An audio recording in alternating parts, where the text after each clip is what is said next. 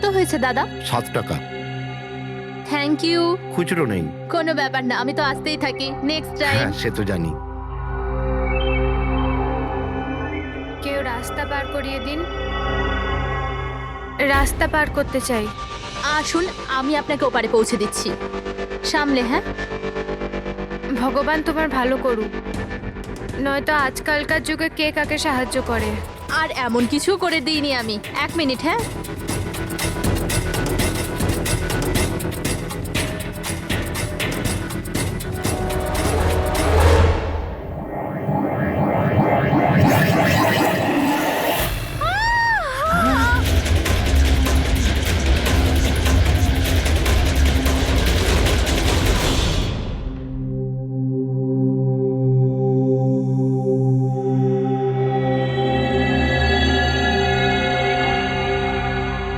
তুমি এখানেই দাঁড়াও। এসো।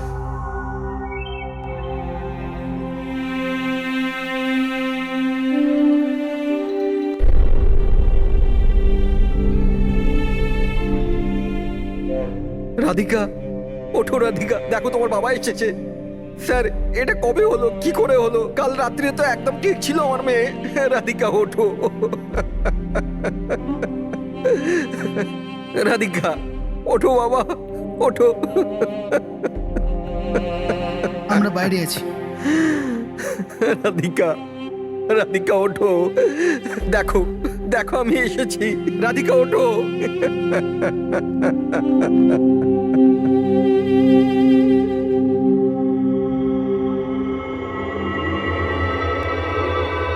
ডক্টর, অ্যাকচুয়ালি কি হয়েছিল? অ্যাক্সিডেন্ট। সকাল সকাল একটা গাড়িতে মেরেছে। যতক্ষণ লোকে এখানে নিয়ে এলো মারা গেছিল।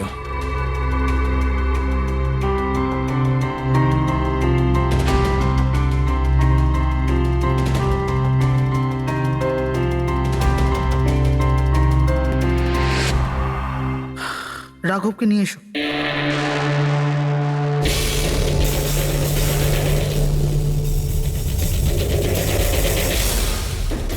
স্যার, একটু ভেতরে চলুন। কি হয়েছে? আসুন না স্যার।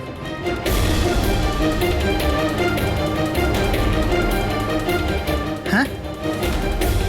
ও নো, ডক্টর।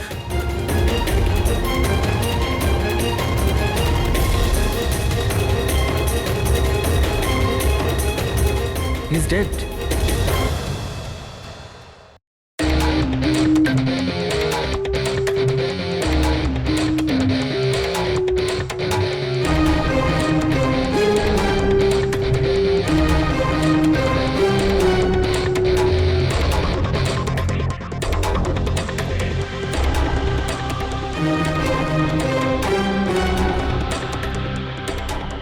ঘর খুব বাজেভাবে ভেঙে গেছে স্যার। খুনি কোনো সুযোগই দেয়নি। স্যার, মাত্র 10 মিনিটের জন্য ওনাকে একা ছেড়েছিলাম। বুঝলাম না কি করে এসব হলো 10 মিনিটে। খুনির কোনো সূত্র? না স্যার, আমরা তো বাইরেই ছিলাম স্যার, দরজাও বন্ধ ছিল। কেউ বাইরে থেকে ভেতরে আসেওনি, ভেতর থেকে বাইরে যায়ওনি। এটা কিভাবে সম্ভব? মানছি খুনি এখানে লুকিয়ে বসেছিল, কিন্তু এসব করে বাইরে গেল কি করে, আর সেটা 10 মিনিটের ভেতরে? না না না, একটা কথা বল, তুমি জোর দিয়ে বলতে পারবে যে এখানে লাশ ছাড়া অন্য কেউ ছিল না? একদম স্যার, কেউ ছিল না। কারণ ঘর থেকে বেরোনোর আগে পুরো ঘরটা আমি নিজে চেক করেছি। কোনো লাশ তো খুন করতে পারে না, তাহলে করলোটা কে? এটা নিশ্চয়ই কোনো মানুষেরই কাজ। খুনি কোথায় লুকিয়ে থাকতে পারে? এই রাঘব কে ছিল? একজন সাধারণ চোর ছিল, কাল রাত থেকেই লকআপে ছিল। অ্যাক্সিডেন্টে ওর মেয়ে মারা গেছিল, তাই ওকে এখানে নিয়ে এসেছিলাম। দয়া,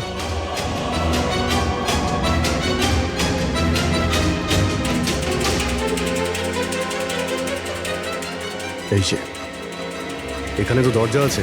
হ্যাঁ, এই দ্বিতীয় দরজার ব্যাপারে আমাদের বলেননি কেন? ইন্সপেক্টর স্যার, এই দরজাটা তো বরাবরই বন্ধ থাকে, না এটা কখনো খোলা হয় না এটা ব্যবহার করা হয়। ইনফ্যাক্ট আমরা তো এর ব্যাপারে ভুলেই গেছিলাম। তোমরা ভুলে যেতে পারো, কিন্তু খুনি খুব ভালো করেই দরজার ব্যাপারে জানতো। চলো এগিয়ে দেখি কত দূর যাওয়া যায়।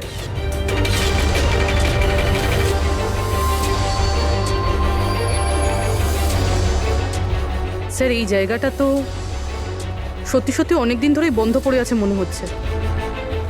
স্যার, হ্যাঁ এই দেখুন, জুতোর চাপ আর এই টুলের চাপ, মনে হচ্ছে কেউ এখানে বসেছিল।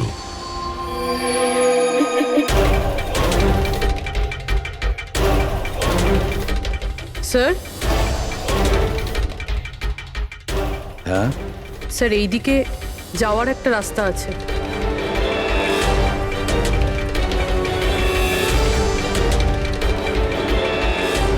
স্যার, হ্যাঁ স্যার এখানে সিমেন্টের প্লাস্টারের কাজ চলছে। হ্যাঁ এই সিমেন্টটা ভিজে রয়েছে, এখানে কোনো চিহ্ন না রেখে কেউ যেতেই পারবে না স্যার। আর এত বড় লাভ কেউ দিতেও পারবে না। সেটাই তো। স্যার এরকমও তো হতে পারে যে খুনি অন্য কোনো রাস্তা ব্যবহার করেছে। হ্যাঁ কিন্তু সেটা কোথায়? স্যার স্যার দরজা।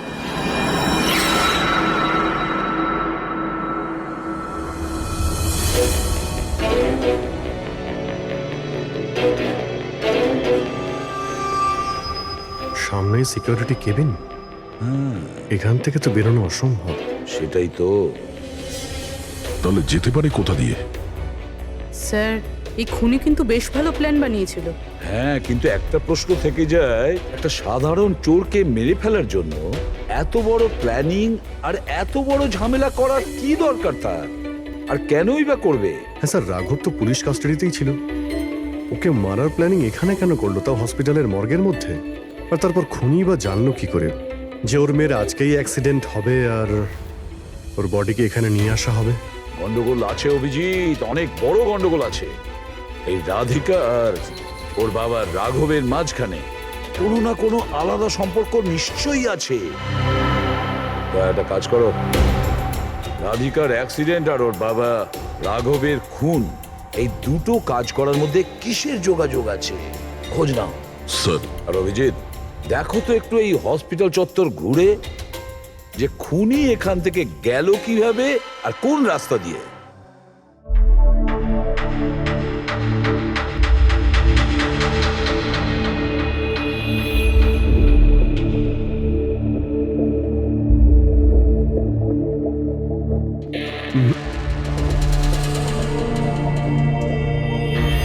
এই জানালা দিয়েই যে খুনি বাইরে বেরিয়ে এসেছে তা তো মনে হচ্ছে না। হ্যাঁ স্যার, কেননা এখানে মাটিটা তো ভেজা রয়েছে। যদি এখান থেকে লাফিয়ে বাইরে আসে তো কোনো চিহ্ন বা কিছু তো থাকতো। সেটাই তো।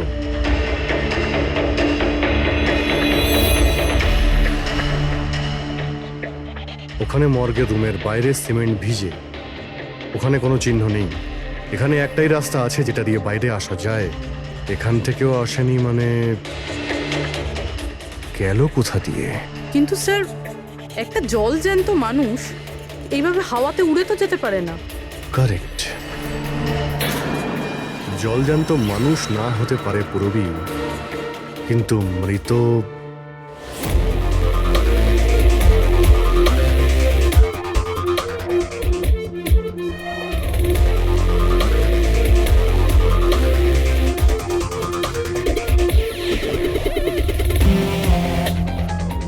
স্যার এই মেঝেতে যে জীবাণুনাশক কেমিক্যাল স্প্রে করা হয়েছে এর ওপর জুতোর ছাপ রয়েছে। মানে খুনি যদি রাঘবকে খুন করে এই দরজা দিয়ে বাইরে বেরিয়ে যায় তাহলে তার কেমিক্যাল লাগা জুতোর চিহ্ন ওখানেও থাকা উচিত। এখানটায় দেখো তো।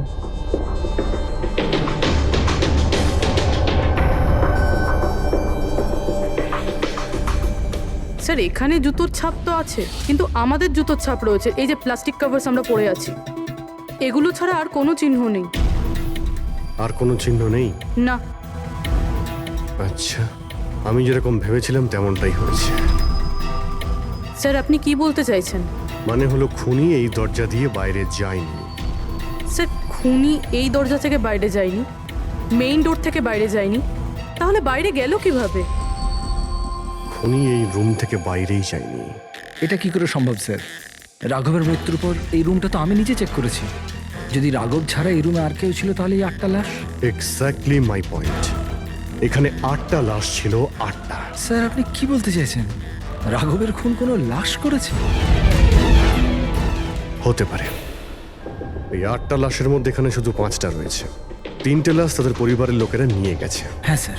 যে লাশগুলো এখান থেকে গেছে তার ডিটেলস আমার এখনই চাই, এখনই। স্যার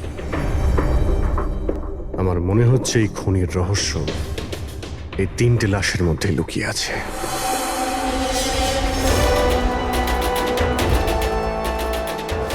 ওই অ্যাক্সিডেন্টটা এখানে হয়েছিল। ওই চায়ের দোকানদারকে জিজ্ঞাসা করি, হতে পারে কিছু দেখেছে। আচ্ছা দাদা, আজ সকালবেলায় এখানে একটা অ্যাক্সিডেন্ট হয়েছিল, কিছু বলতে পারেন সেটার সম্বন্ধে? সাহেব, উনি এখানে পাশেই কাজ করতেন। উনি রোজ চা খেতে আমার এখানে অবশ্যই আসতেন। আজকেও চা খেয়ে উনি আমার এখান থেকে বেরোচ্ছিলেন, এমন সময় অ্যাক্সিডেন্ট হয়ে গেল। সাহেব, কিছু বুঝতেই পারলাম না ওই গাড়িটা কোথা থেকে এখানে এলো আর ওকে ধাক্কা দিয়ে গেল। গাড়ির নম্বরটা দেখেছেন আপনি? সাহেব, সবকিছু এত তাড়াতাড়ি হয়ে গেল, নাম্বার দেখার সুযোগই পাইনি। আচ্ছা, গাড়িটা কি ছিল দেখেছিলেন? সাদা রঙের বড় গাড়ি ছিল স্যার। ও একলা ছিল না ওর সাথে অন্য কেউ ছিল? এসেছিলেন তো একা একাই। না স্যার, ও একা ছিল না, ওর সঙ্গে আরেকটা মেয়ে ছিল যে অন্ধ ছিল, আর রাধিকা দিদি তাকে রোড ক্রস করাচ্ছিল যখন অ্যাক্সিডেন্ট হয়েছে। ওই মহিলাটা দেখতে পেতেন না? তাহলে ওরও চোট লেগেছে। কোথায় গেছে ও? সেটা তো জানি না স্যার, অ্যাক্সিডেন্টের পরেই ও উধাও হয়ে গেল। স্যার, আমার মনে হচ্ছিল যে ও নাটক করছে। প্রথমে তো ঠিকঠাকই দাঁড়িয়েছিল, তারপর দিদিকে দেখে ও সাহায্য চাইলো। এটা হতে পারে যে ওই মহিলা যে কোনোভাবেই হোক রাধিকাকে মাঝ রাস্তায় নিয়ে যেতে চেয়েছিল, সেই কারণেই ও চা খাওয়ার জন্য অপেক্ষা করছিল, আর সবাইকে ছেড়ে ও ওর কাছেই সাহায্য চেয়েছে। রাধিকা ওই মহিলাটিকে নিয়ে ডিভাইডারের কাছে যাওয়ার পরেই মহিলাটি গায়েব হয়ে গেছে। তারপরে ওই গাড়িটা রাধিকাকে মেরেছে। তার মানে এটা কোনো অ্যাক্সিডেন্ট নয়, খুন? এখন তো এরকমই কিছু মনে হচ্ছে। কিন্তু স্যার, কেউ রাধিকাকে কেন খুন করবে? সেটাই তো জানতে হবে। রাঘব আর রাধিকার এই দুজনের মৃত্যুর কারণ কিছু বুঝতে পারছি না। রাঘব, এক মিনিট, এই রাঘব জেলে ছিল, আর ওখানে ওকে কেউ মারতে পারতো না। আর রাধিকাকে মেরে রাঘবকে সেখানে পাঠিয়েছিল যেখানে ওকে মারার ব্যবস্থা করেছিল, মর্গ। এক্স্যাক্টলি। কিন্তু স্যার, রাঘব তো একটা সামান্য চোর ছিল, ওকে মারার জন্য এত বড় প্ল্যানিং? ফ্রেডি নিশ্চয়ই এই মামুলি চোরের কাছে এমন কিছু ছিল যেটা মামুলি নয়। আচ্ছা, কালকে এখানে ডিউটিতে গেছিল? আমি ছিলাম স্যার, আর আমার সাথে এই 2 কনস্টেবল। আমরা রাঘবের পুরো ডিটেলস চাই। আচ্ছা, এটা বলুন যে ওকে কোন অপরাধের জন্য গ্রেপ্তার করা হয়েছিল? আমরা ওকে গ্রেপ্তার করিনি, কাল রাতে ও নিজেই এখানে এসেছিল। নিজে এসেছিল? আমরা ওকে গ্রেপ্তার করিনি, কাল রাতে ও নিজেই এখানে এসেছিল। নিজে এখানে এসেছিল? আমি স্যারের সঙ্গে টাকার কথা বলছি, তুই আমাকে ইনফরমেশনটা বল। বল। না, আমি এখন বড়বাবুকেই বলবো। এটা বল, স্যার কোথায়? তুই আমাকে বল না। না, আমি স্যারকেই বলবো। কুশল, কিসের তর্ক বিতর্ক চলছে এখানে? নমস্কার স্যার। রাঘব, তুই এখানে কি করছিস? স্যার, রাঘব বলছে ও অনেক বড় ইনফরমেশন নিয়ে এসছে। আচ্ছা, ঠিক আছে, ওর কাছ থেকে ইনফরমেশন নিয়ে নাও। কিন্তু স্যার, ও টাকা চাইছে।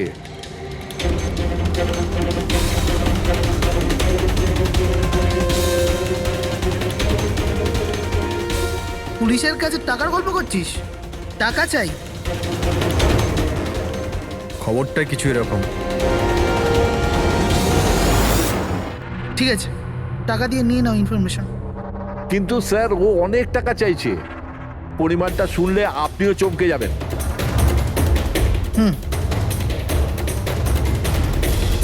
বল, কত দাম তোর ইনফরমেশনের?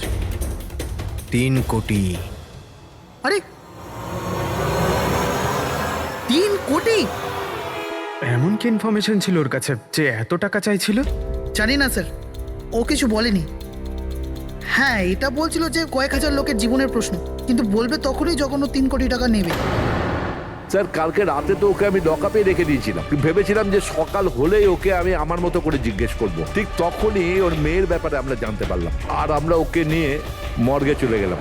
স্যার, এমন কি রহস্য ছিল ওর কাছে যার উপরে হাজার হাজার মানুষের প্রাণ নির্ভর করছিল, আর যার জন্য ওর নিজের এবং ওর মেয়ের প্রাণটাও গেল? আগে তো আমাদের এটা জানতে হবে যে এই রাঘব কালকে কোথায় কোথায় গেছিল আর কার কার সঙ্গে দেখা করেছিল আর সারা দিন ও কি করেছিল। স্যার দিনের কথা তো জানি না, কিন্তু রাতে ওর রোজকার মতো নেশাতেই ছিল। আমরা ওর ফাইলটা চাই। হ্যাঁ স্যার। এই লোকটা এখানে আসে দেখেছেন? হ্যাঁ আছে স্যার, আপনি ম্যানেজারকে জিজ্ঞেস করুন। ম্যানেজার কোথায়? ওপরে।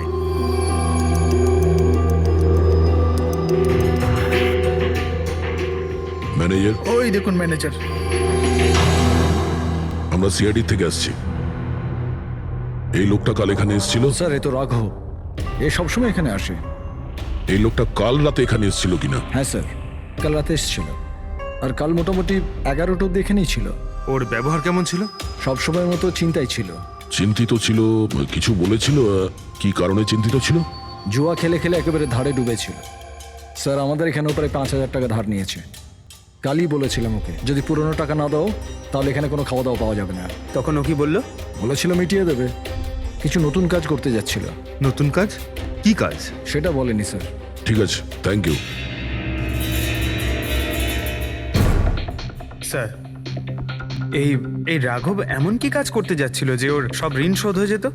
আর পুলিশ স্টেশনে গিয়ে বলেছিল যে ওর কাছে বিশেষ একটা ইনফরমেশন আছে, 3 কোটি চেয়েছিল তার জন্য। যাই ঘটেছে রাঘবের এখান থেকে বেরোনোর পর আর পুলিশ স্টেশনে যাওয়ার আগে জানার চেষ্টা করি যে রাঘব এখান থেকে বেরোনোর পর কোথায় কোথায় গেছিল।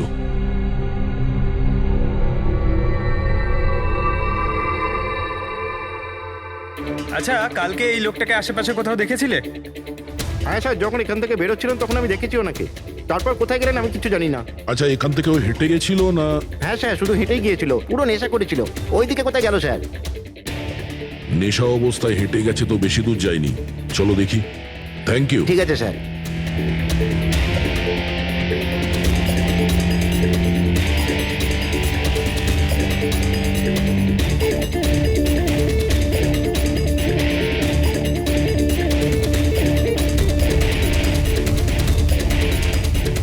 দেখেছো একে? হ্যাঁ স্যার দেখেছি, একটু এগিয়ে যে গলিটা আছে না ওখানেই যাওয়া আসা করে।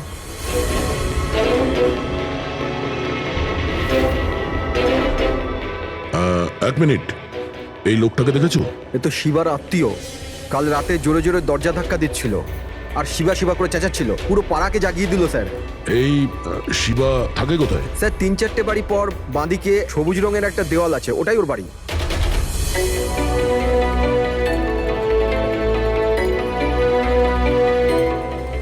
তালা লাগানো আছে, খুলতে হবে। পঙ্কজ একটা কাজ করো, আশেপাশে কেউ আছে কিনা দেখো, ডাকো ওকে। আরে এদিকে এসো।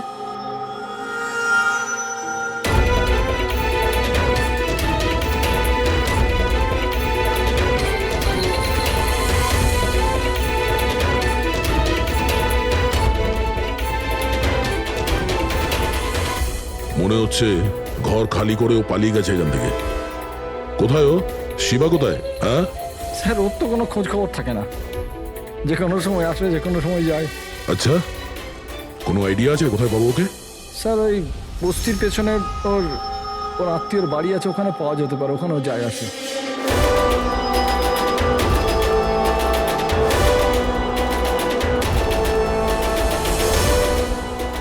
এই বাড়িটা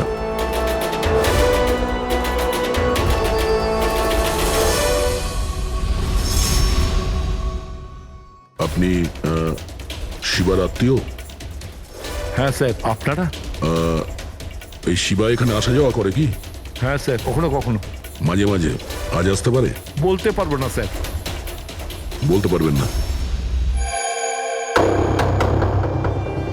থ্যাংক ইউ ভেরি মাচ। এই করণের লাশ তো অরিজিনাল ছিল। এখন বাকি দুজন, টনি আর সুনীল। এবার এদের মধ্যেই কোনো একজন আছে যে ডাবল মার্ডারের রহস্য ভেদ করতে পারে।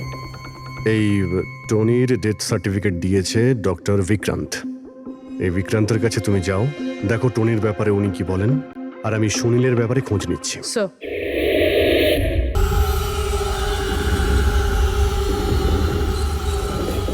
রবি, রবি দরজা খোল। আপনি কে? সিআইডি। কোথায় পালাচ্ছিস? এই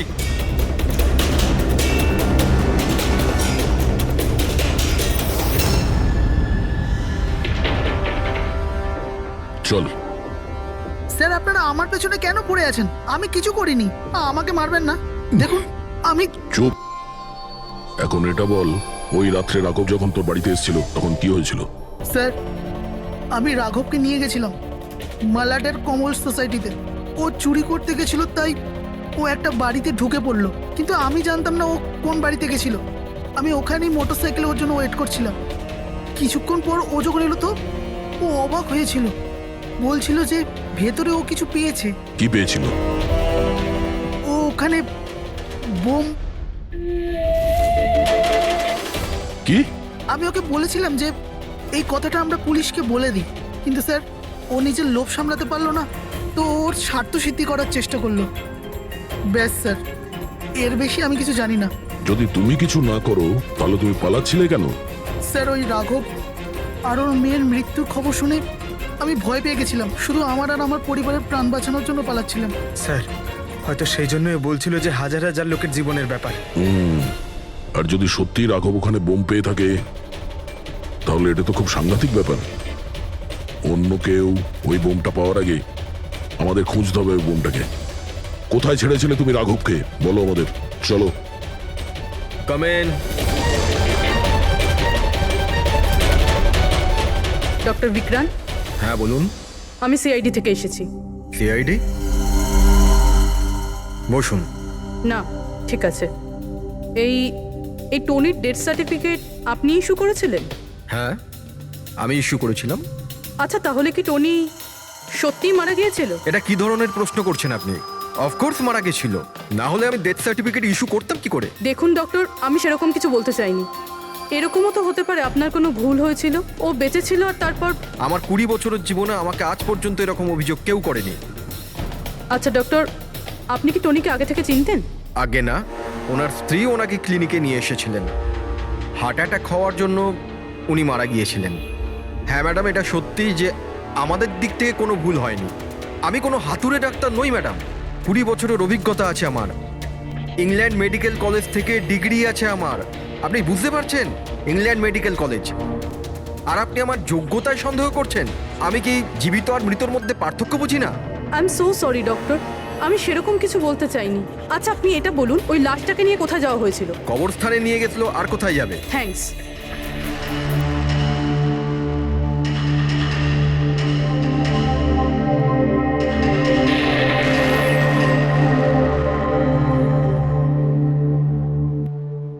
হ্যাঁ পুরবি, কি জানতে পারলে? স্যার এই ডক্টর বিক্রান্ত যে টনির ডেথ সার্টিফিকেট ইস্যু করেছিল, এ কেমন অদ্ভুতভাবে কথা বলছিল। বলছিল যে সে তার ডিগ্রি ইংল্যান্ড মেডিকেল কলেজ থেকে পেয়েছে। England medical college? হ্যাঁ স্যার। স্যার এই নামের তো কোনো কলেজ নেই, আমি ইন্টারনেটেও চেক করেছি। তাহলে আমাকে এরকম কেন বললো? আমার মনে হচ্ছে ও কিছু লুকোচ্ছে। স্যার আমারও তাই মনে হয়। আমি একটা কাজ করছি, আমি খোঁজ নিচ্ছি। দেখো, এই কেসটা কিন্তু খুব বিপজ্জনক, বুঝেছো? তুমি একা কিছু করতে চেও না। তুমি তোমার লোকেশন পাঠাও, আমি এখনই যাচ্ছি। ওকে? ঠিক আছে স্যার।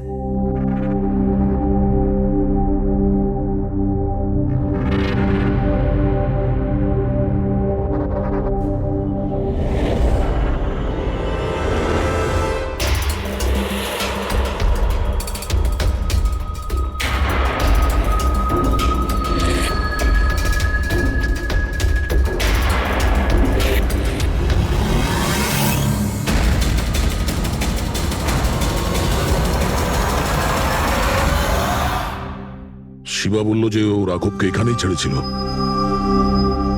এখানেই আশেপাশে কোথাও জিজ্ঞাসা করিনি? আপনাদের যা যা সাজেশন আছে আমাদের বলতে পারেন। মনে হচ্ছে কোনো মিটিং চলছে ভেতরে। সেটা একটু দেখে নেওয়া বাড়িয়ে নিলে। এক্সকিউজ মি, আমরা সিআইডি থেকে আসছি, আপনার কাছে কিছু জিজ্ঞাসাবাদ করব। রাঘব নামের আপনাদের মধ্যে কেউ একে দেখেছেন? না স্যার। কাল রাত আপনাদের মধ্যে কারোর বাড়িতে চুরি হয়েছে? কাল আই ডোন্ট থিঙ্ক সো। কিন্তু আপনারা এখানে কি খুঁজছেন? দেখুন, আমাদের কাছে পাকা খবর আছে যে এই লোকটা আপনাদের মধ্যে কারোর একজনের বাড়িতে চুরি করেছে। স্যার যদি আমাদের মধ্যে কারোর বাড়িতে চুরি হয়ে থাকে তাহলে আমরা জানতাম না নাকি? জানতে পারতেন, কিন্তু আপনারা যদি আমাদের মিথ্যে কথা বলেন তাহলে আমরা জানবো কি করে? আমাদের আপনাদের সবাইয়ের ঘরের তল্লাশি নিতে হবে। নিতিন বাবু, let's cooperate with CID. Sir, আপনারা তল্লাশি নিতে চান, আপনারা করুন তল্লাশি, আমাদের কোনো প্রবলেম নেই। ঠিক আছে, মনে হচ্ছে তল্লাশি করে কোনো লাভ হবে না। বোম এখান থেকে সরিয়ে দেওয়া হয়েছে। এতক্ষণে বম হয়তো টার্গেটে পৌঁছেও গেছে। তাহলেও এদের মধ্যে কেউ না কেউ মিথ্যে কথা বলছে। একটা কাজ করো, এদের সবার ডিটেলস বার করো। বোম না হোক, বারুদ কিংবা অন্য কোনো প্রমাণ নিশ্চয়ই পাবো। আমাদের কাছে সময় খুব কম, তাড়াতাড়ি করো।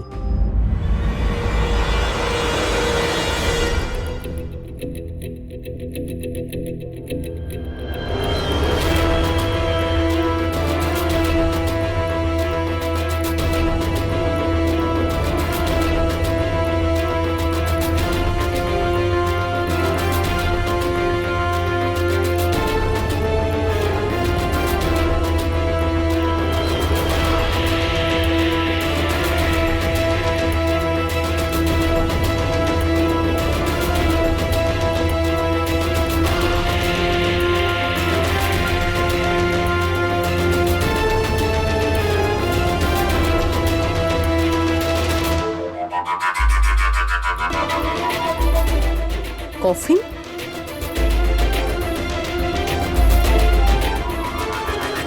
টনির লাশ এখানে?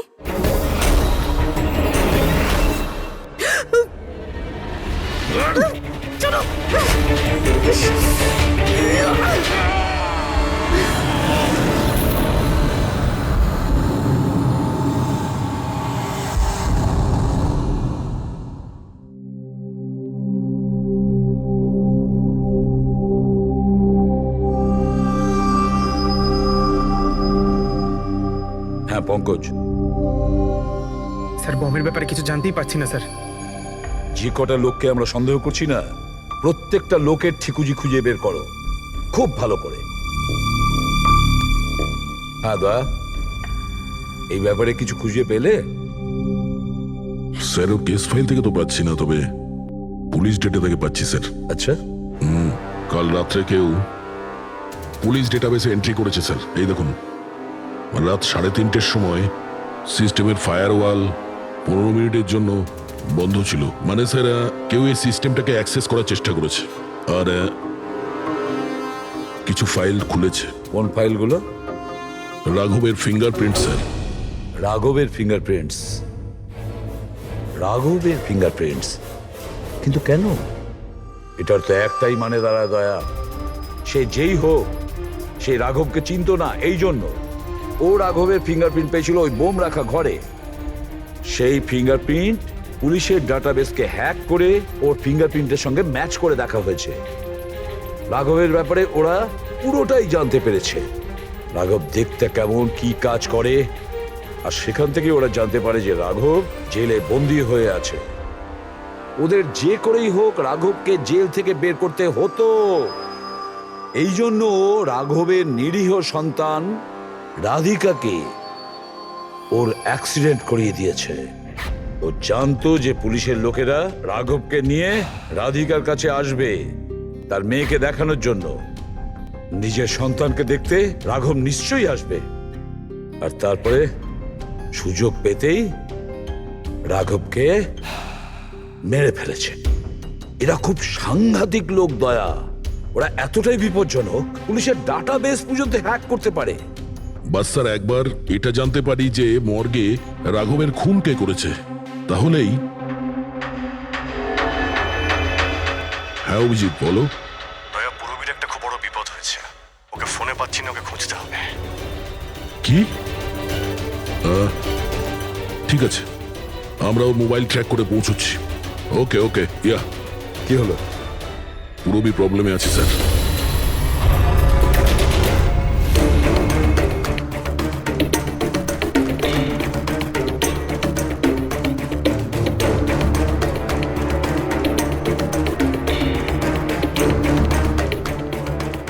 লোকেশন তো এটাই বলছে, চলো।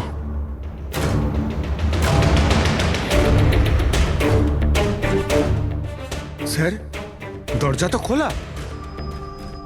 চলো।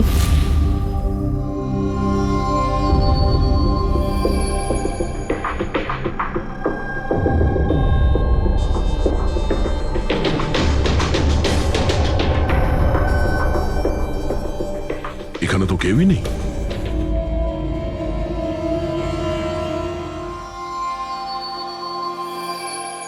মনে হচ্ছে কেউ আসছে।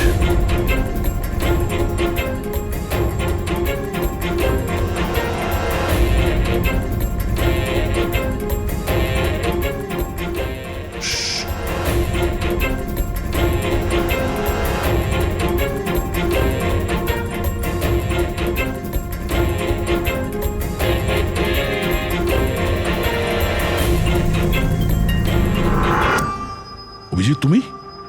আমি পুরবীর মোবাইল ট্র্যাক করে এখানে এসেছি। পুরবী কোথায়? পুরবী তো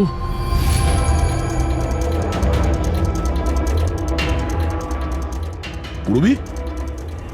ও নো, পুরবী, পুরবী, পুরবি পুরবি পুরবি স্যার, ওর গলার দাগটা দেখুন স্যার, মনে হচ্ছে ওর গলা কেউ টিপে দিয়েছে। নার্ভও খুব স্লো আছে। পুরবী, পুরবি পুরবি পুরবি পুরবী, কি হয়েছে? এসব কে করেছে? হ্যাঁ, স্যার ওই টনি, ওই যে টনি? টনি স্যার, ও এখনো বেঁচে আছে। এখানেই কোথাও আছে স্যার। পঙ্কজ, দেখো তো কে। ফ্রেডি, তুমি এক্ষুনি পুরবীকে হসপিটালে নিয়ে যাও, বুঝেছো? চলো চলো পুরবী।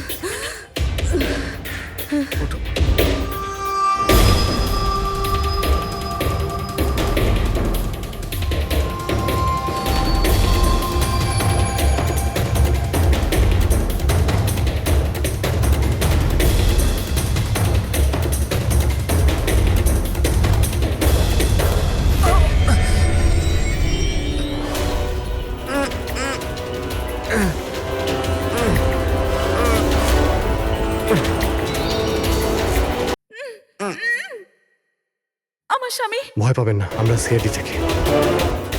সাবধানে।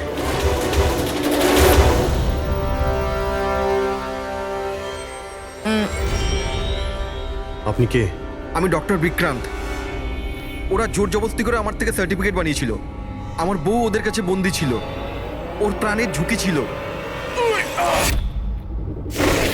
এই, এসব কি হচ্ছে কি? হ্যাঁ, এতক্ষণ তো লাশটা মিথ্যে ছিল। যদি সত্যি কথা না বলো না, তোমাদের দুজনকে জীবন্ত পুঁতে ফেলবো। না স্যার, আমি বলছি স্যার, আমি বলছি। তুই অন্ধ হওয়ার নাটক করেছিলি যাতে এই টনি রাধিকাকে মারতে পারে। বস, পুরবী কেমন আছে? স্টেবল, হসপিটালে অবজারভেশনে আছে। গুড। রাধিকার খুনের রহস্যটা তো বুঝতে পারলাম। এটা বলো যে রাঘবকে কি করে মারলে তোমরা? ওই মর্গে কি করে ঢুকলে তোমরা? আর লাশ হওয়ার অ্যাক্টিং কি করে করলে? অ্যাক্টিং ছিল না দা, ও সত্যিই মরে গেছিল। কি কি ঠিক বলছি তো? প্রথমে তুমি মরে গেছিলে, তারপর বেঁচে উঠে তুমি রাঘবকে খুন করে দিলে, রাইট? আরে সালুকে কি বলছো সব? মরে গেছে, বেঁচে উঠেছে, আবার বেঁচে উঠেছে। আমি ঠিক বলছি বস। পুরবীর গলাটা টেপার সময় এর হাত থেকে কিছু কেমিক্যালস পুরবীর গলায় লেগে যায়। আমি ওগুলো টেস্ট করেছি। ওটা এক ধরনের টক্সিন, যেটা খুবই রেয়ার, দুর্লভ সমুদ্রের মাছের মধ্যে পাওয়া যায়। এই সামুদ্রিক মাছ নিজেদের প্রাণ বাঁচানোর জন্য এই টক্সিনের ব্যবহার করে। কিছুক্ষণের জন্য একে দেখে মনে হবে যে মারা গেছে, কিন্তু আবার বেঁচে ওঠে। এও সেই টক্সিনেরই ব্যবহার করেছে। এও কিছুক্ষণের জন্য মারা গেছিল। আর এই টক্সিনটা এমন অদ্ভুত জিনিস যে কেউ একে ধরতে পারে না। মানুষের হার্টবিট একদম বন্ধ হয়ে যায়। দেখে মনে হয় যেন মানুষটা মরেই গেছে।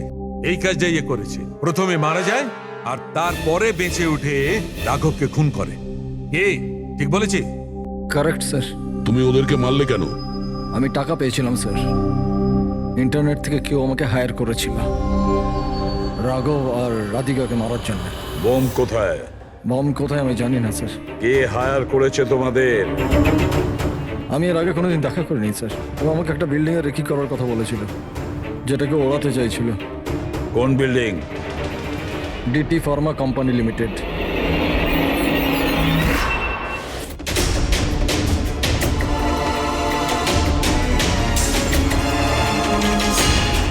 এদিকে শোনো ভাই, এদের মধ্যে কেউ কি এখানে আজকে এসেছে? হ্যাঁ, এ পার্কিং লটে গেছে স্যার।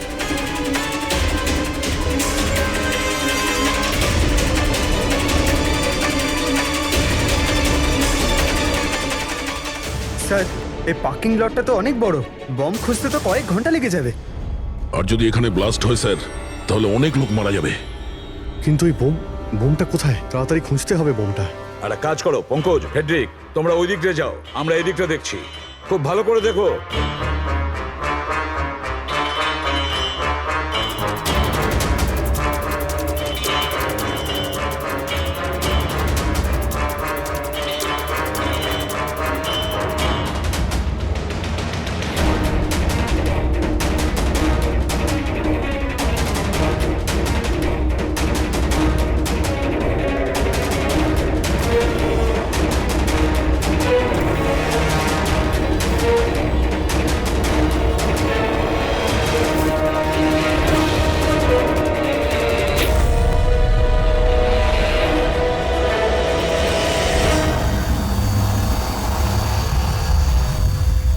নিতিন,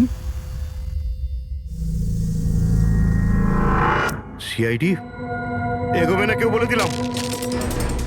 টিকা টিপে দেবো আমি, ছাড়বো না আমি কাউকে। চলুন স্যার, ওকে ধরো।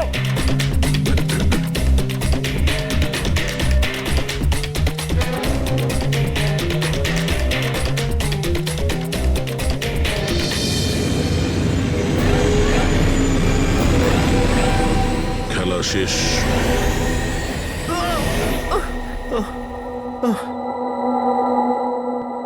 বলো নিতিন, কেন বোম দিয়ে এই বিল্ডিংটাকে উড়িয়ে দিতে চাইছিলে? বিল্ডিং নয়, কোম্পানি এটা। স্বপ্ন আমার, পরিশ্রম আমার। এটাকে আমি জমি থেকে আকাশ পর্যন্ত তুলেছি। রক্ত ঘাম এক হয়ে গেছে এটা করতে আমার।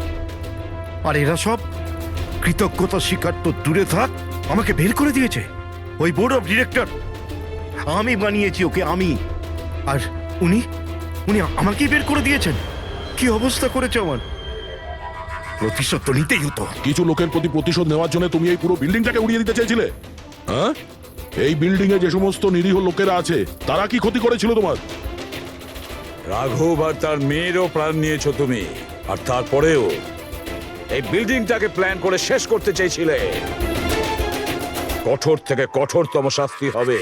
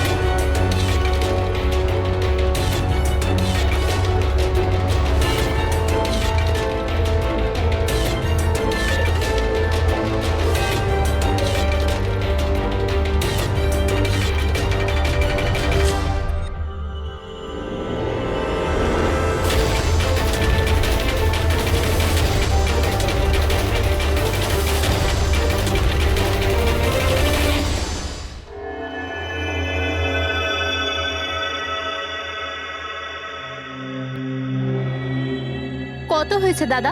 7 টাকা। Thank you. খুচরো নেই। কোনো ব্যাপার না, আমি তো আসতেই থাকি। Next time. হ্যাঁ, সে তো জানি।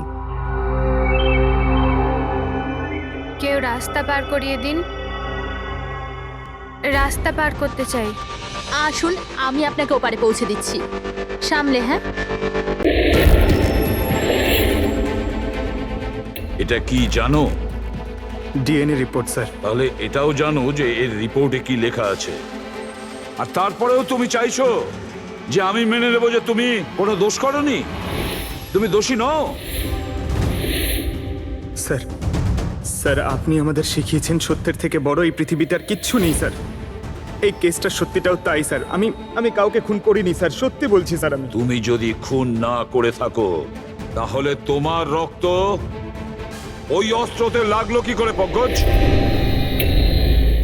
আমি জানি না স্যার। Damn it! জানো না মানেটা কি? হ্যাঁ, এই যে তোমার হাতে চোট লেগেছে, ওই যে রক্ত চিহ্নটা রয়েছে, সেটাই চিৎকার করে বলছে খুনি তুমি পঙ্কজ, তুমি। আমি আপনাকে বলেছিলাম স্যার, আমি অটো করে যখন বিউরো আসছিলাম তখন কেটে গেছিল স্যার।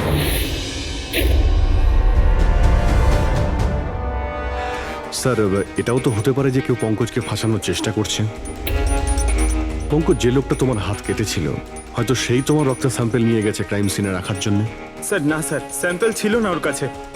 ও যখন আমার হাত কেটেছিল তখন সঙ্গে সঙ্গে রক্ত বেরোয়নি স্যার। ও চলে যাবার পর আমার রক্ত বেরিয়েছিল।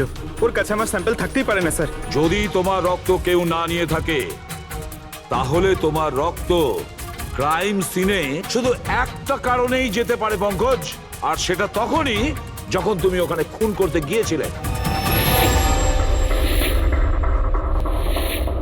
স্যার এ তো অদ্ভুত ব্যাপার। স্যার পঙ্কজ যদি মিথ্যে বলতো, আমাদের বিভ্রান্ত করতে চাইতো, তাহলে তো বলতেই পারতো যে ওর স্যাম্পল কেউ নিয়ে চলে গেছে, কিন্তু ও আমাদের সত্যি বললো।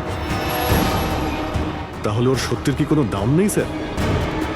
হ্যাঁ অভিজিৎ, সত্যির অনেক দাম আছে, কিন্তু আপাতত এই কেসের একটাই সত্যি, এই খুনের একজনই সাসপেক্ট, আর সে হলো পঙ্কজ।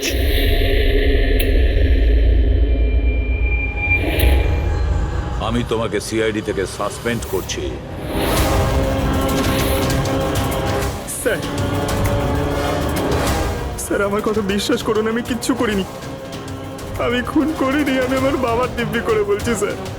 তোমার গান আর ব্যাচ। স্যার, একজন ছেলে তার বাবার শ্রাদ্ধের দিন কিভাবে তার মিথ্যে দিব্যি কাটতে পারে স্যার? আমি তোমাকে জিজ্ঞেস করিনি ফেডরিক। গান আর ব্যাচ।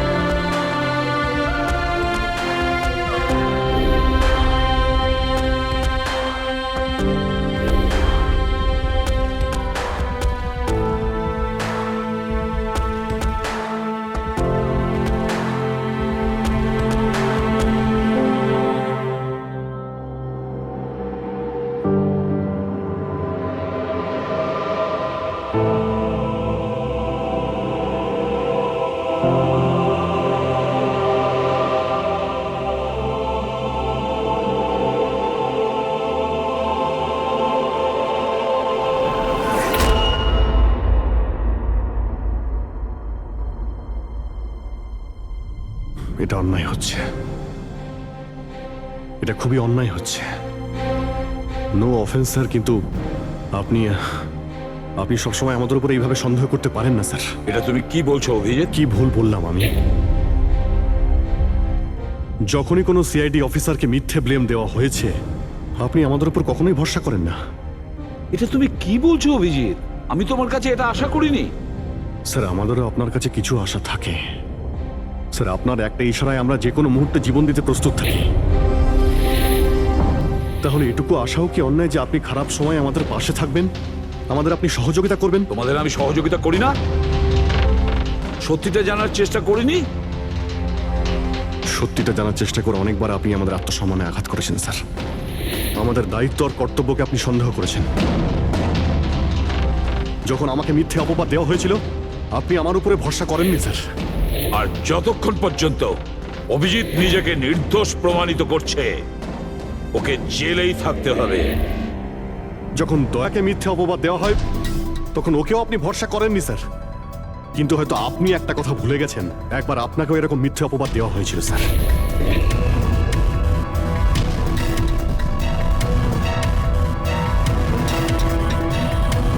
সেই মুহূর্তে আমাদের মধ্যে কেউ আপনাকে সন্দেহ করেনি। আমরা শক্ত দেওয়াল হয়ে আপনার সামনে দাঁড়িয়েছিলাম স্যার, যাতে আপনাকে কেউ ক্ষতি করতে না পারে। তাহলে আমাদের খারাপ সময় কি আপনি আমাদের পাশে দাঁড়াতে পারেন না? অভিজিৎ কোনো অপরাধীর থেকেও বিপজ্জনক একজন ইমোশনাল সিআইডি অফিসার। তুমি ইমোশনাল হয়ে যাচ্ছ অভিজিৎ। আমি তোমাকে এই কেস থেকে সরিয়ে দিলাম।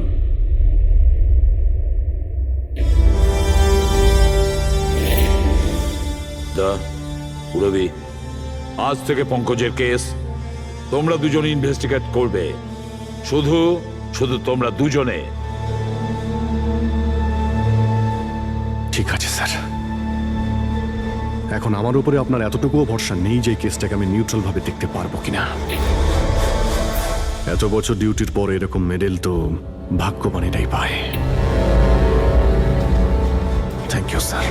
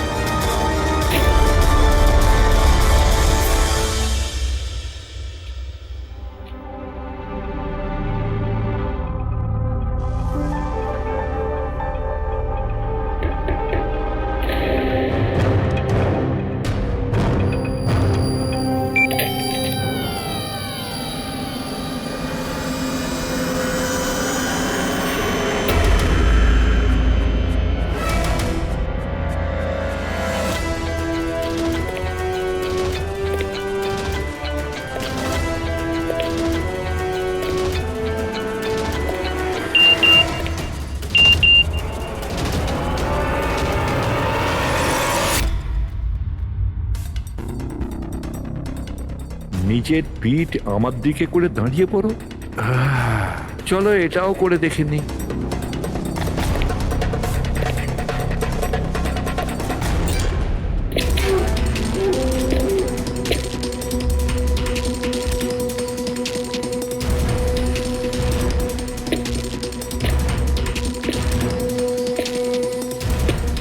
আপনি এসে গেছেন স্যার।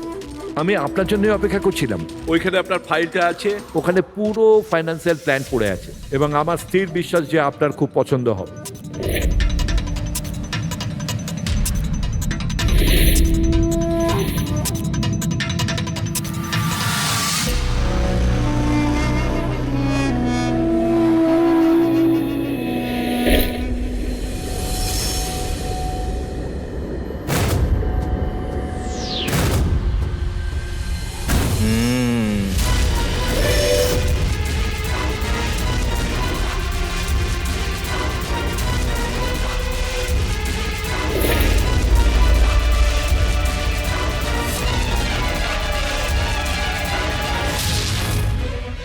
আরে এ তো নকল।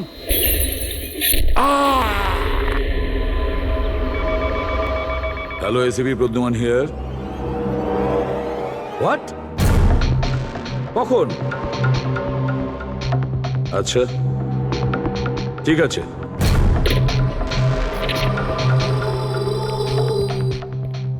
অভিজিৎ, বিক্রম বিজয় খুন হয়েছে। বিক্রম বিজয় মানে ওই কেলেঙ্কারি কেসের? হ্যাঁ হ্যাঁ, ওই বিক্রম বিজয় আজও আইনকে ফাঁকি দিয়ে পালাচ্ছিল, আর আজই ও খুন হয়েছে ওরই বাড়িতে। একদিন না একদিন তো এটা হওয়ারই কথা ছিল স্যার। এত শত্রুও পুষেছে ঘরের মধ্যে। Sir, I am really sorry sir, একটু লেট হয়ে গেলাম। কি ব্যাপার পঙ্কজ, কোথায় ছিলে তুমি? স্যার আসলে বাবা শ্রাদ্ধ ছিল আজ, তাই মন্দিরে গেছিলাম পুজো দিতে। ঠিক আছে। আর এটা হাতে কি হয়েছে? আরে স্যার আসতে গিয়ে লেগে গেল, তেমন কিছু না, খুব বেশি লাগেনি স্যার। ঠিক আছে, তৈরি হয়ে নাও, একটা মার্ডার কেস এসেছে। আর শোনো,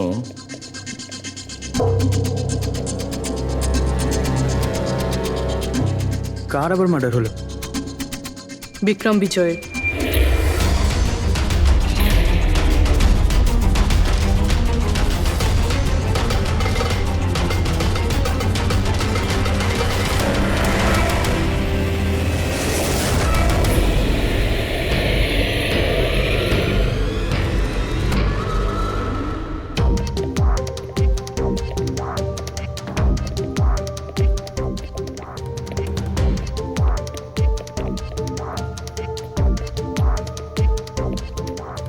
সিআইডি? হ্যাঁ স্যার, আমি গোপাল, বিক্রম স্যারের ম্যানেজার। এই তিনজন কারা? এ মোহিত, বিশাল আর ও হলো রাঘব। এরা স্যারের সিকিউরিটি গার্ডস।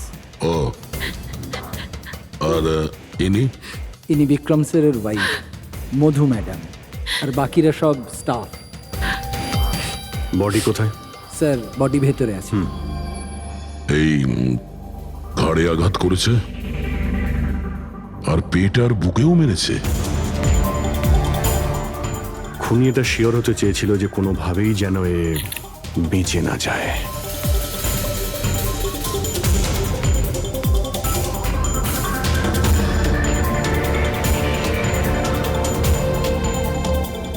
মনে হচ্ছে এটা দিয়ে আঘাত করেছে এর ওপর।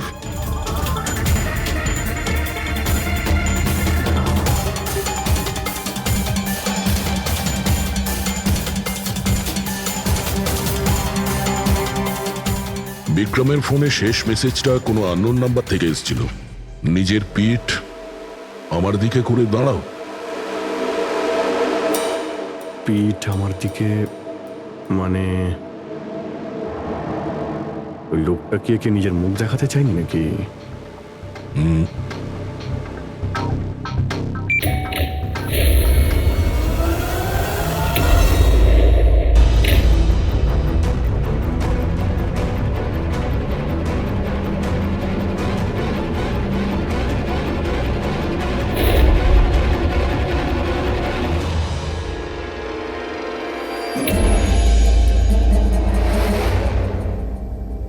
এই দেখুন স্যার, ফুলদানি থেকে আমি কি পেয়েছি, audio recording device. Audio recording device মানে এই রুমের মধ্যে যা কথাবার্তা হচ্ছিল।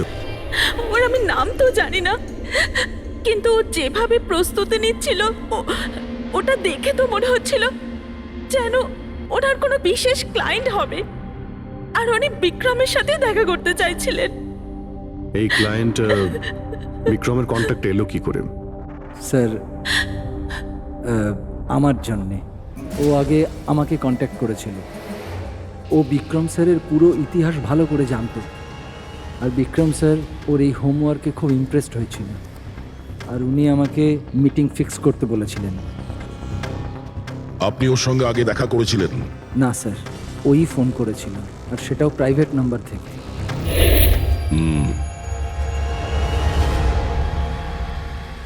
তাহলে আপনারা মিটিং এর আগে সবকিছু দেখে নিয়েছিলেন? হ্যাঁ হ্যাঁ স্যার।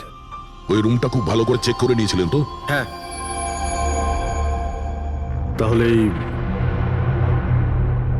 অডিওর রেকর্ডিং ডিভাইস এটা রুমের মধ্যে এলো কি করে? স্যার এটা কোথায় ছিল? ফ্লাওয়ার পটের মধ্যে। ফ্লাওয়ার পটে? ওটা তো তুই চেক করেছিলিস না মোহিত? আমি চেক করেছিলাম স্যার, কিন্তু আমি এটা ফ্লাওয়ার পটে দেখতে পাইনি। দেখতে পাননি? আগে না। আচ্ছা, কিভাবে তুমি দেখলে না? ব্যুরো চলো, ওখানে সবাই খুব ভালোভাবে দেখতে পায়।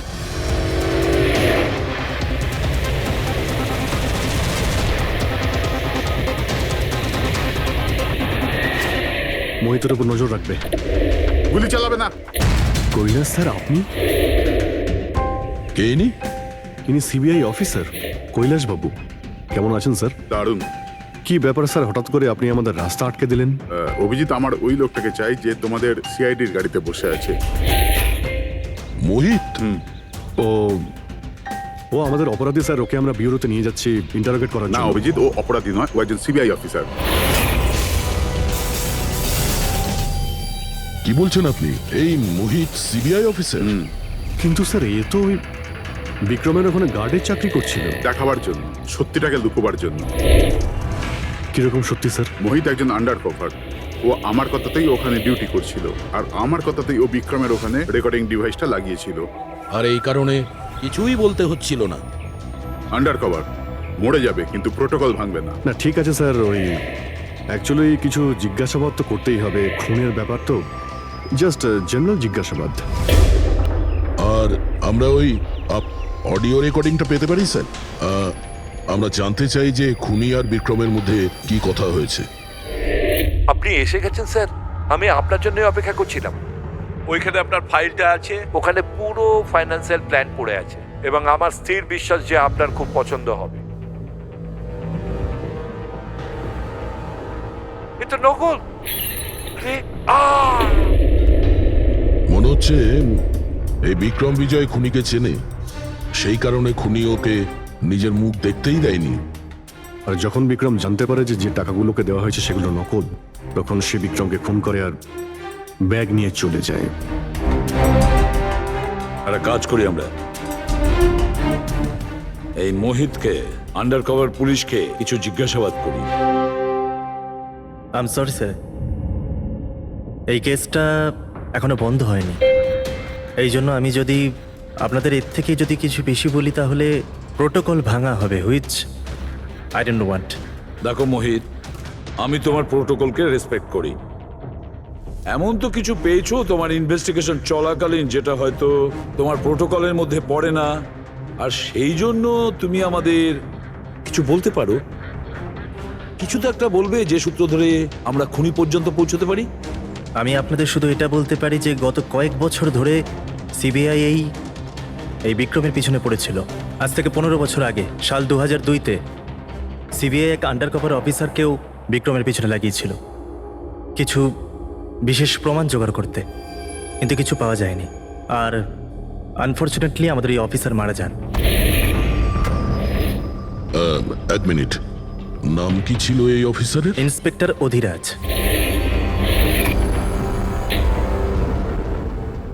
ইন্সপেক্টর অধিরাজ? এই বোতলে যে রক্তটা আছে, এই রক্তে বিক্রমের ডিএনএ ছাড়াও অন্য কারো ডিএনএ আছে। বিক্রমের ডিএনএ ছাড়াও অন্য কারো ডিএনএ আছে? তুমি বলতে চাইছো অন্য কেউ ছিল? কে ছিল সালুকে? ক্রিমিনাল ডাটাবেসের সঙ্গে কম্পেয়ার করে দেখেছিলে, ম্যাচ করে দেখেছিলে তুমি? তার দরকার পড়েনি। প্রয়োজন ছিল না কি বলছো সালুকে? সেটা কার ডিএনএ? ওই ডিএনএ পঙ্কজের। হোয়াট? ওই ডিএনএ পঙ্কজের? আমাদের পঙ্কজের? আমাদের পঙ্কজের। এটা কি করে হতে পারে? সিআইডি অফিসার হলো পঙ্কজ। সিআইডি অফিসার পঙ্কজ খুন করতে পারে? আমাদের একজন অফিসার খুনি? কিন্তু স্যার, পঙ্কজ কেন খুন করতে যাবে?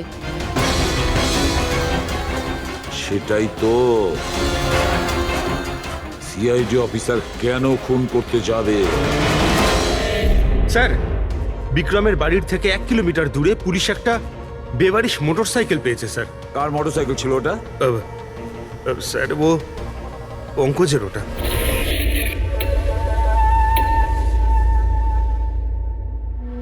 ভাবছিলাম তাই। তার মানে পঙ্কজের বাইকটা পাওয়া গেল ওখানে, আর আপনাদের কারুর অবাক লাগলো না?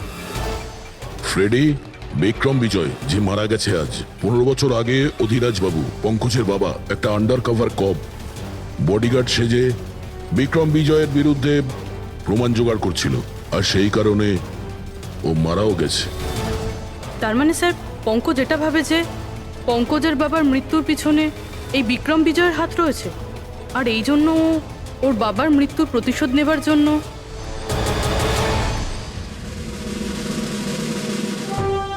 পঙ্কজ এখন কোথায়?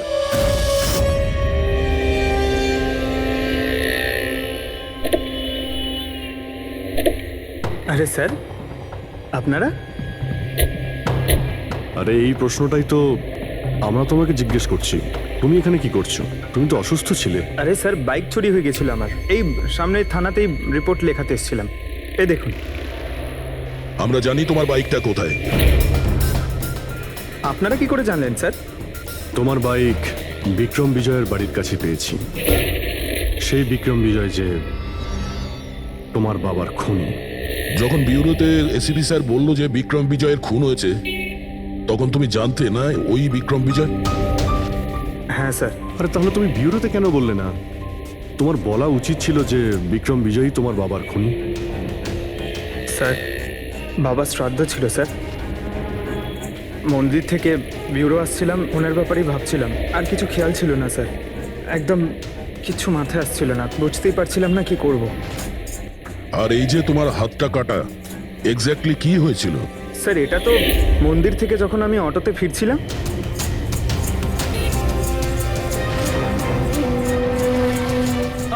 কি হলো স্যার? তাহলে একজন অচেনা লোক আঘাত করে চলে গেল, হ্যাঁ? এমনি অকারণে? স্যার, আমি জানি বিশ্বাস করাটা একটু কঠিন, কিন্তু এটাই সত্যি।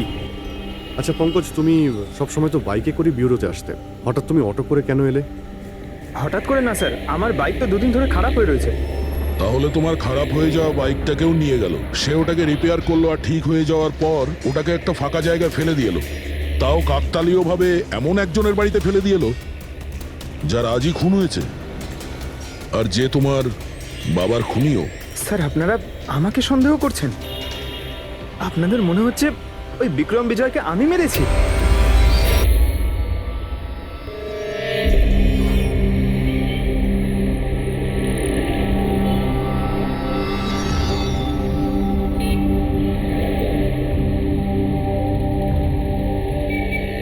যদি এই পঙ্কজ নিজের বাড়ি থেকে বিক্রম বিজয়ের বাড়িতে যায়, তো এখানে এই জাংশন থেকেই গিয়েছে।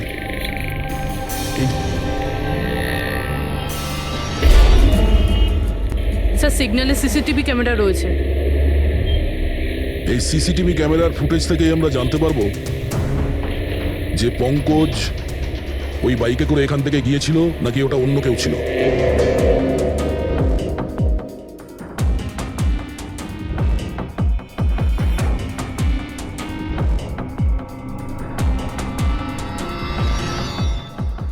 এক মিনিট রিওয়াইন্ড করো, পজ করো। স্যার, এই দেখুন, একে পঙ্কজের মতনই দেখতে লাগছে না? বাইকের নাম্বার হলো XYA4784। স্যার, পঙ্কজের বাইকের নাম্বারও এটাই। পুরবী, এই পঙ্কজ এতটা তো ভুল করবে না যে একটা অপরাধ করতে যাওয়ার আগে রাস্তায় আর একটা অপরাধ করবে, সিগন্যাল ভাঙা। নিশ্চয়ই কেউ আছে যে পঙ্কজকে ফাঁসাতে চাইছে, আর সেই কারণেই ও সিগন্যালটা ভেঙেছে, যাতে আমাদের যে সন্দেহটা আছে পঙ্কজের উপর, ওটা আরো মজবুত হয়। কিন্তু স্যার, পঙ্কজকে কে ফাঁসাতে চাইবে? হতে পারে ওর কোনো পুরনো শত্রু। স্যার, আমার এমন কোনো পুরনো শত্রু নেই যে আমাকে ফাঁসানোর জন্য এরকম কিছু করবে স্যার। পঙ্কজ, খুব ভালোভাবে চিন্তা করো, কেউ তো হবে।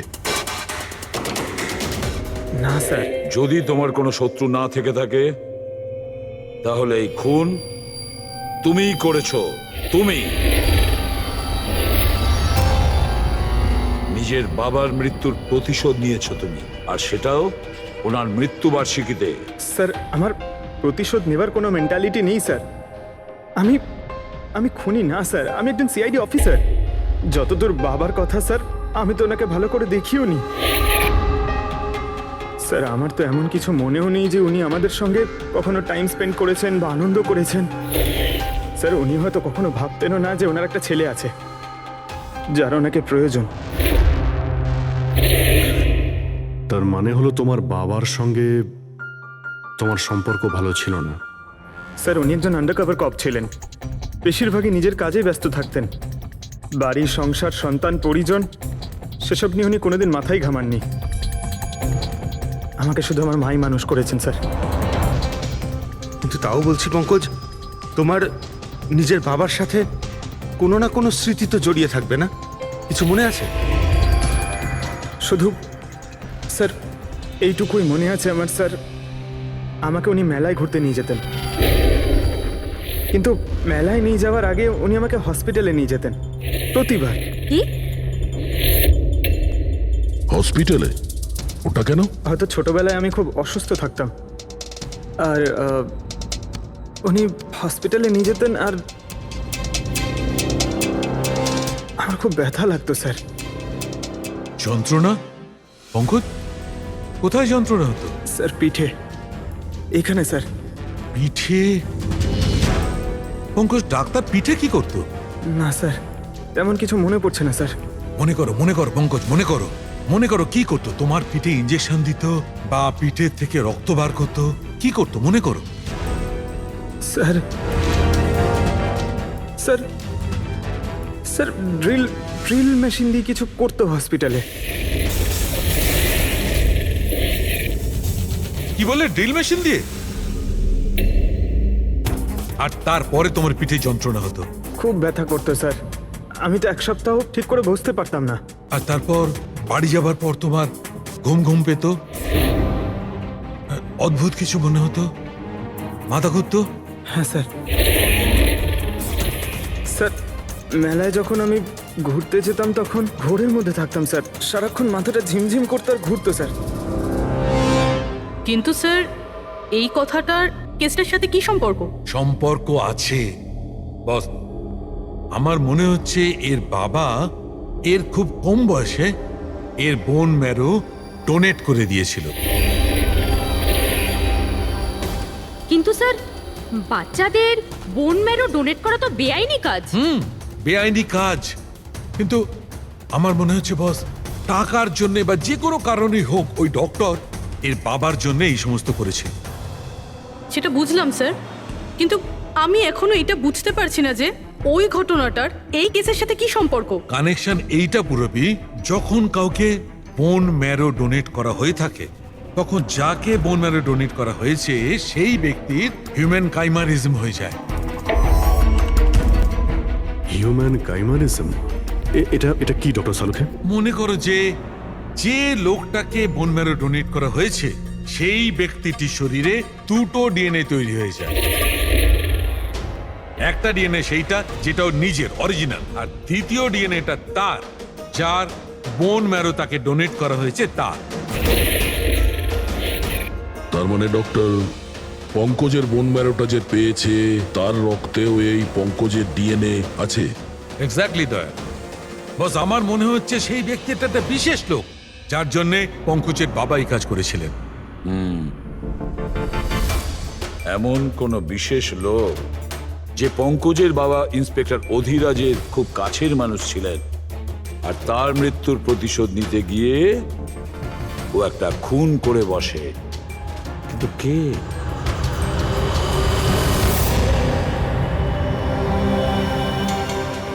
দয়া। Hi sir. Hello Abhijit. Hi Daya. Hello. Good. Sorry, আপনাকে এরকম একটা জায়গাতে ডেকে আনতে হলো। অভিজিৎ, যে ইনফরমেশন তোমার দরকার ছিল সেটা না সিআইডি অফিসে দেওয়া যেত না আমার অফিসে? থ্যাংক ইউ স্যার আমাদের সাহায্য করার জন্য। স্যার পঙ্কজ একজন সৎ অফিসার, আর যদি আপনার সাহায্যকে আমরা নিরাপরাধ প্রমাণ করতে পারি। অভিজিৎ, তোমার মনে আছে এক বিপজ্জনক অপরাধী ছিল রাকা, তাকে ধরতে তুমি আমাকে সাহায্য করেছিলে। তা ধরে নাও আমি সেটারই ঋণ মেটাচ্ছি। এসব আপনি কি বলছেন স্যার? অ্যাকচুয়ালি আমাদের পঙ্কজের বাবা ইন্সপেক্টর অধিরাজের ব্যাপারে কিছু ইনফরমেশন চাই, যতটা আপনি দিতে পারবেন। আপনি কাজ করেছেন না ইন্সপেক্টর অধিরাজের সঙ্গে? হ্যাঁ দয়া, অধিরাজ খুবই সৎ ইন্সপেক্টর ছিল আর সাহসীও। আমার তো এটা বলতে গর্ব হয় যে আমরা একসাথে কাজ করেছি। স্যার অ্যাকচুয়ালি আমরা এটাই জানতে চাই যে ওনার আন্ডারকভার মিশনের সময় ওনার সঙ্গে কারো কি কোনো গভীর সম্পর্ক হয়েছিল? কোনো নতুন পরিবার সেরকম কিছু অভিজিৎ, এই যে আন্ডার কভারদের যে দুরকম জীবন হয়, খুব কঠিন হয় সেটা সামলানো। এই পুলিশেরাও তো মানুষ হয় নাকি? আর তাদেরকেও সেই সীমাটা পেরিয়ে যেতে নেই যেটা ও পেরিয়ে গিয়েছিল। মানে ওনারও কারোর সঙ্গে ভালোবাসা হয়েছিল? ওনারও কোনো অন্য পরিবার ছিল? হ্যাঁ, অধিরাজের দ্বিতীয় স্ত্রী বাচ্চা জন্ম দিতে গিয়ে মারা গিয়েছিল। ও, আর অধিরাজ বাবুর মৃত্যুর পর এই দ্বিতীয় বাচ্চাটার কি হয়েছে? এই রহস্য সবসময় রহস্যই রয়ে গেছে। অধিরাজ ওই দ্বিতীয় বাচ্চাটাকে কোথায় রেখেছে, কিভাবে বড় করেছে, আর ওই বাচ্চাটা কোথায় গেল কেউ কিছু জানে না। আর এই যে বাচ্চাটা, মানে দ্বিতীয় বিয়ের বাচ্চাটা, কত বয়স ওর? এই পঙ্কজের থেকে 2-3 বছর বড় হবে। বিয়ে পঙ্কজের মায়ের সাথে আগে হয়েছিল, কিন্তু বাচ্চা দ্বিতীয় স্ত্রীর আগে হয়েছিল। হয়তো ওনার কোনো রোগ ছিল যার কারণে অধিরাজবাবু পঙ্কজের বোন ম্যারো ওকে দিয়েছিলেন। নিজের বাবার মৃত্যুর প্রতিশোধ নিতে হতে পারে খুনটা পঙ্কজের সৎ ভাইই করেছে। আর এখন প্রশ্ন এটাই যে পঙ্কজের এই সৎ ভাই কে সে, আর এখন কোথায়? আমার কিছু আইডিয়া হচ্ছে যে ওর সঙ্গে ঠিক কি হতে পারে। দেখুন স্যার, আমাদের আরো একটা সাহায্যের খুব প্রয়োজন। এই আন্ডার কভার মিশনের সময় আপনাদের সঙ্গে আর কারা কারা ছিলেন তার সবার ইনফরমেশন চাই,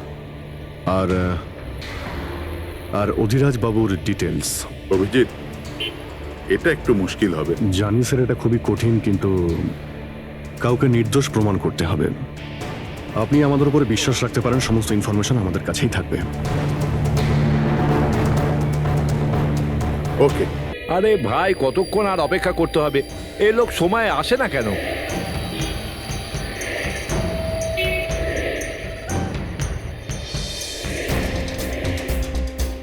আরে ভাই, আধ ঘন্টা ধরে অপেক্ষা করছি। আজই আমার পুরো টাকা চাই। আজই আমাকে এই শহর ছেড়ে দিতে হবে। তোর হিসাব তো আমি আজ এখনই এই মুহূর্তে করব।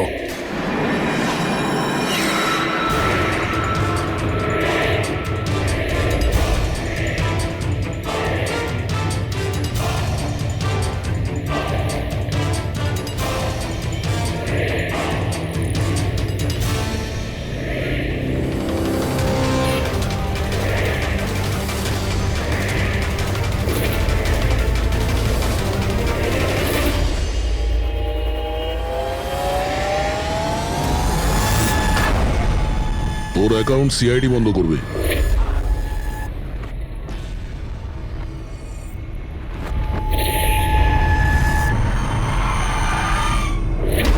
বাবার ধার মেটানো প্রত্যেক সন্তানের কর্তব্য,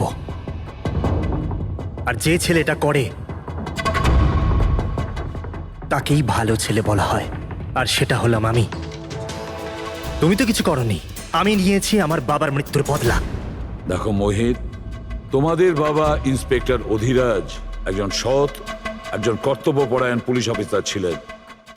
কি ভাবছিলে তুমি তোমার মতন একজন অপরাধীর বাবা হয়ে গর্ব করতেন, নাকি পঙ্কজের মতন একজন সৎ সিআইডি অফিসারের উপর? তার সত্যি কথা বলতে তো বাবার সব সময়ই এই পঙ্কজের উপর গর্ব ছিল, আর ভালোবাসতো একেই বেশি। আমাকে তো উনি অনাথ আশ্রমে দিয়ে দিয়েছিলেন স্যার, যাতে ওনার দ্বিতীয় পরিবারের ওপর কোনো আঁচ না আসে। তুমি যখন এই কথাটা জানতে আমাদের কাছে এলে না কেন? আমি তো তোমার ভাই, একসঙ্গে ধরতাম বিক্রমকে, তাও আইনের পথে। চাই না আমার তোমার সাহায্য। আমাদের বাবার হত্যাকারীকে কিভাবে ধরতে হবে, কিভাবে ওর উপর প্রতিশোধ নিতে হবে, এর প্ল্যানিং আমি আগে থেকেই করে রেখেছিলাম, অনেক দিন থেকে।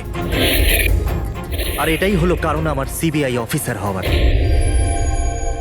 আর ঠিক আমার বাবার মতোই একটা আন্ডার কভার মিশনে গেছিলাম ওই বিক্রমের বিরুদ্ধে, কিন্তু এইবার তাকে সাজা দেওয়ার জন্য নয় স্যার, বরং ওকে শেষ করার জন্য। একজন সিবিআই অফিসার হয়েও তুমি অপরাধ করেছ। তোমাদের মতো অফিসারের জন্যই সবাই আইনের উপরে ভরসা করতে পারে না। এই কাজে কেতন তোমাকে সাহায্য করেছিল না? হ্যাঁ স্যার, কেতনও আমার বাবার সাথে কাজ করত। সেও একজন আন্ডার কভার অফিসার ছিল, সেই আমাকে সবকিছু বলেছে। আর তার বলাতেই আমি জানতে পারি যে ছোটবেলায় আমার একটা অপারেশনও হয়েছিল।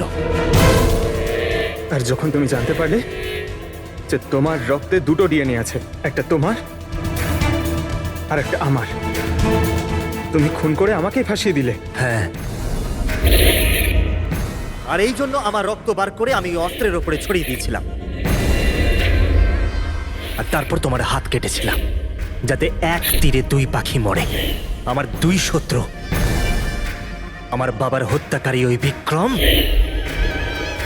Hello Kailash sir. স্যার, আমি বিক্রমের রুমেতে অডিও ডিভাইস লাগিয়ে দিয়েছি।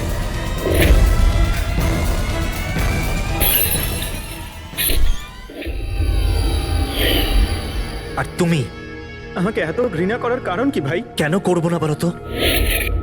আজ পর্যন্ত সবকিছু তুমি পেয়েছো, আমাদের বাবার নাম, ওনার ভালোবাসা, ওনার সম্মান, সবকিছু। আর দুঃখের বিষয় তো এটা যে এত কিছু পাওয়ার পরেও তোমার এতটুকু হুঁশ ছিল না যে আমাদের বাবার হত্যাকারী কে।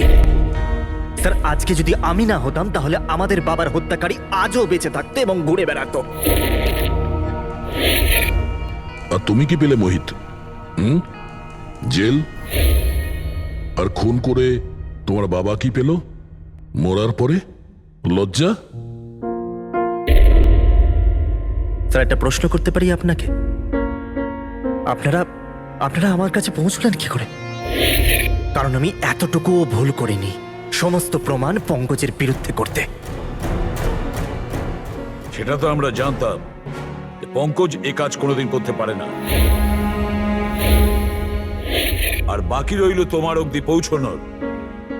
যখন আমরা দুটো ডিএনএর খোঁজ পেলাম, আমরা তোমার বাবা ইন্সপেক্টর অধিরাজের ব্যাকগ্রাউন্ড চেক করলাম। সেখান থেকেই আমরা জানতে পারি যে ওনার আরো একজন ছেলে আছে, তুমি। ব্যাস, আমরা সেই ছেলের ঠিকুজি খুঁজে বার করলাম তোমার। আর পুরো ব্যাপারটা ছবির মতন পরিষ্কার। অনেক ভুল করেছো তুমি মোহিত, মস্ত বড় ভুল করেছো। আইন তোমাকে কঠোর থেকে কঠোরতম শাস্তি দেবে, হয়তো যাবজ্জীবন জেল, না হলে ফাঁসি।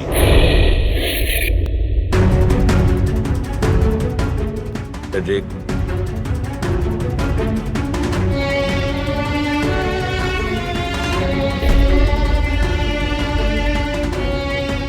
সরি স্যার, আমি জানি তোমার মনে শুধু আমার প্রতি ঘৃণাই আছে, কিন্তু আমি সত্যি জানতাম না আমার কোনো ভাই আছে।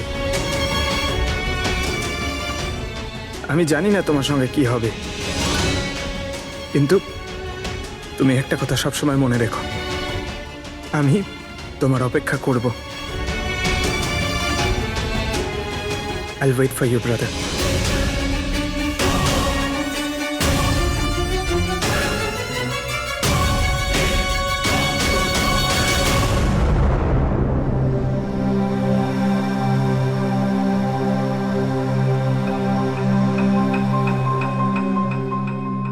পঙ্কজ, দেখো, তোমার যে ভালো দিকটা আছে না, সেটা কিন্তু বাঁচিয়ে রাখবে খুব ভালো করে।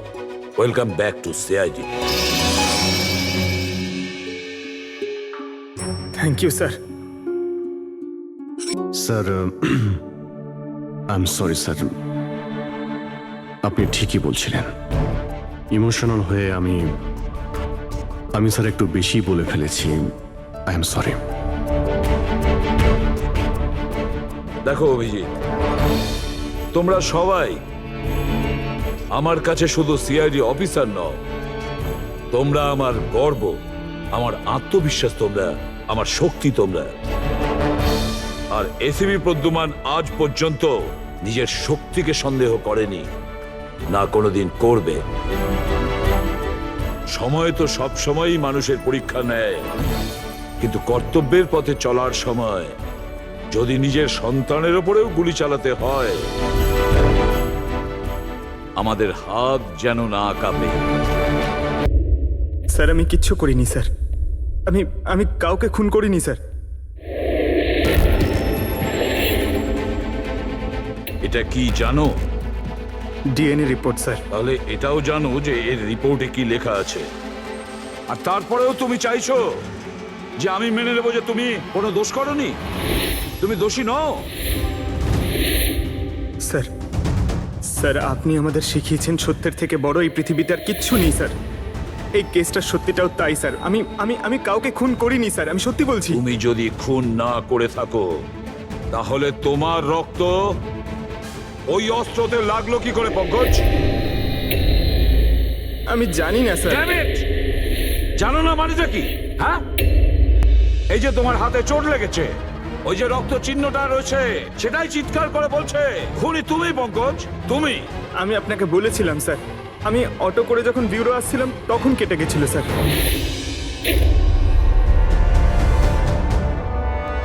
স্যার এটাও তো হতে পারে যে কেউ পঙ্কজকে ফাঁসানোর চেষ্টা করছে। পঙ্কজ যে লোকটা তোমার হাত কেটেছিল হয়তো সেই তোমার রক্তের স্যাম্পল নিয়ে গেছে ক্রাইম সিনে রাখার জন্য। স্যার না স্যার, স্যাম্পল ছিল না ওর কাছে। ও যখন আমার হাত কেটেছিল তখন তখন সঙ্গে সঙ্গে রক্ত বেরোয়নি স্যার। ও চলে যাবার পর আমার রক্ত বেরিয়েছিল। ওর কাছে আমার স্যাম্পল থাকতেই পারে না স্যার। যদি তোমার রক্ত কেউ না নিয়ে থাকে তাহলে তোমার রক্ত